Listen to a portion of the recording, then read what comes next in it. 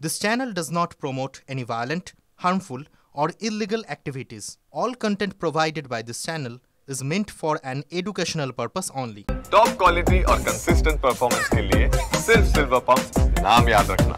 জটিল শারীরিক অবস্থা, আপাতত উন্নতির কোনো খবর নেই। প্রাক্তন বিচারপতি তথা বিজেপি সাংসদকে নিয়ে যাওয়া হচ্ছে দিল্লির এইমসে। কেন্দ্রের তরফ থেকে ঠিক করে দেওয়া এয়ার অ্যাম্বুলেন্সে তাকে নিয়ে যাওয়া হচ্ছে, সঙ্গে থাকছে মেডিকেল টিম। হাসপাতাল থেকে এয়ারপোর্ট পর্যন্ত অ্যাম্বুলেন্সেও থাকছে মেডিকেল টিম। তলপেটে ব্যথা নিয়ে গত শনিবার রাতে বেসরকারি হাসপাতালে ভর্তি হন অভিজিৎ। হাসপাতালে যখন ভর্তি হন তখন তার বমিও হচ্ছিল। সাংসদের প্যানক্রিয়াটাইটিস অর্থাৎ অগ্নাশয় প্রদাহ রয়েছে বলে মনে করেন চিকিৎসকেরা।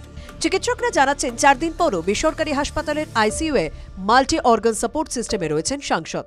প্রবল শ্বাসকষ্টজনিত কারণে রাতে নন ইনভেসিভ ভেন্টিলেশনে ছিলেন সাংসদ। বুধবার দুপুরে পরিবারের সদস্যদের কাছে সাংসদের শারীরিক সমস্যার দিকগুলি তুলে ধরেন চিকিৎসকরা।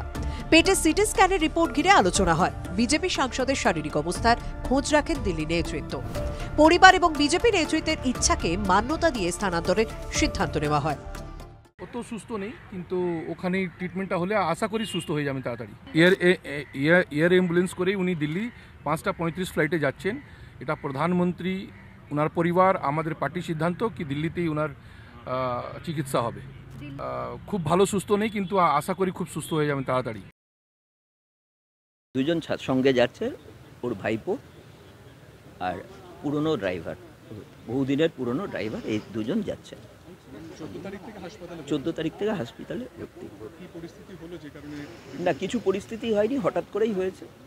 আমরা একটা বন্ধুর বাড়িতে দুপুরবেলা খাওয়া দাওয়া করেছি, তারপরে ওটা হঠাৎ করে হয়েছে। ব্যাপারটা এই। সোমবার গিয়েছিলেন বিজেপি রাজ্য সভাপতি সুকান্ত মজুমদার। মঙ্গলবার তাঁকে দেখতে হাসপাতালে যান রাজ্য বিধানসভার বিরোধী দলনেতা শুভেন্দু অধিকারী, বিজেপি নেতা অর্জুন সিং, রাকেশ সিং। গত সোমবারই সামনে আসে হাসপাতালে বেডে শুয়ে অভিজিৎ গঙ্গোপাধ্যায়ের একটি ছবি। নাকে ঢোকানো নল, শীর্ণকায় চেহারা। সে ছবি অত্যন্ত নাড়া দিয়েছে। TV9 Bangla digital.